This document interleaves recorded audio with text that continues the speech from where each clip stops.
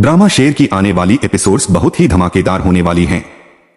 अब फजर आखिरकार शेर को वहां से भगाने में कामयाब हो जाती है, लेकिन साथ ही फजर और तहमीना को भी एक बहुत बड़ा झटका लगने वाला है। अब सवाल यह है, क्या राजदान, जो अभी तक उनका वफादार नौकर माना जा रहा था, धोखा देकर बदरज़मान से जा मिलेगा, या फिर यह भी फजर और तहमीना की कोई नई चाल है? तहमीना ने एक खास चाबी समराह के जरिए फजर तक पहुंचाई है। ये चाबी उस घर की है जिसके बारे में सिर्फ तहमीना और फजर जानती हैं, और अब राजदान भी। फजर पानी देने के बहाने शेर के कमरे में जाती है और कहती है, जैसे ही लाइट डिम हो पिछला दरवाजा खुला मिलेगा, बाहर निकलकर सीधा सफेद गाड़ी की डिक्की में चले जाना, वो मेरी गाड़ी है। वो शेर को ताकीद करती है कि कोई भी गलती ना हो, जैसे ही बिजली जाएगी कैमरे बंद हो जाएंगे और यही उसका इशारा होगा। फिर फजर बाहर आती है और सिक्योरिटी गार्ड को इशारा करती है। गार्ड बिजली की लाइन काट देता है। अंधेरा होते ही शेर भागकर डिक्की में छुप जाता है और बिना किसी को भनक लगे फजर उसे वहां से निकाल ले जाती है। इसके बाद फजर राजदान के पास जाकर उसे लेकर उस सीक्रेट घर तक जाती है जहां शेर का इलाज शुरू होना है। वहां फजर सबसे पहले शेर से कहती है, तुम्हें अब अपना हुलिया ठीक करना होगा, जाओ नहाओ और फिर इलाज शुरू करेंगे। शेर अपनी हालत सुधरता है, बाल कटवाता है और तैयार होकर बाहर आता है। फजर उसे देखकर बहुत खुश होती है। तभी अचानक शेर की तबीयत बिगड़ती है और फजर उसे ड्रिप लगा देती है। दर्द में शेर फजर का हाथ पकड़कर कहता है, मेरी जिंदगी अब तुम्हारे नाम है।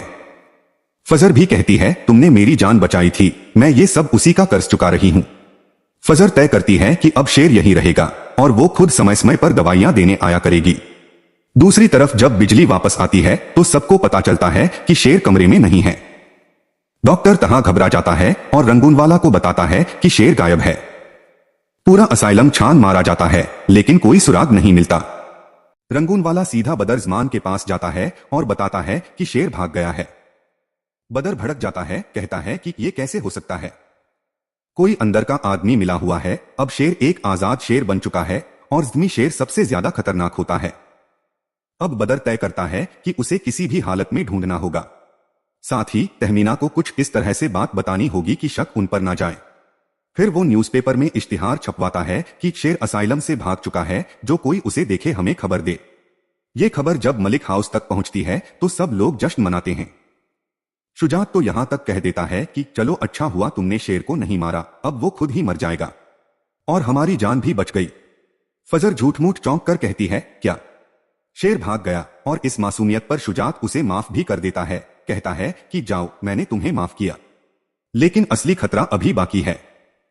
अगर शेर जिंदा रहा और ठीक हो गया तो वो ना सिर्फ बदरज़मान बल्कि फहद और अहाद को भी बेनकाब कर देगा। हो सकता है कि राजदान धोखा देकर बदर को शेर की लोकेशन बता दे, लेकिन इसके पीछे भी तहमीना की चाल हो सकती है ताकि बदर गुमराह हो जाए और शेर को ढूंढ ना पाए। अब जो कुछ भी होगा वो फजर और शेर के रिश्ते की नई शुरुआत का इशारा है।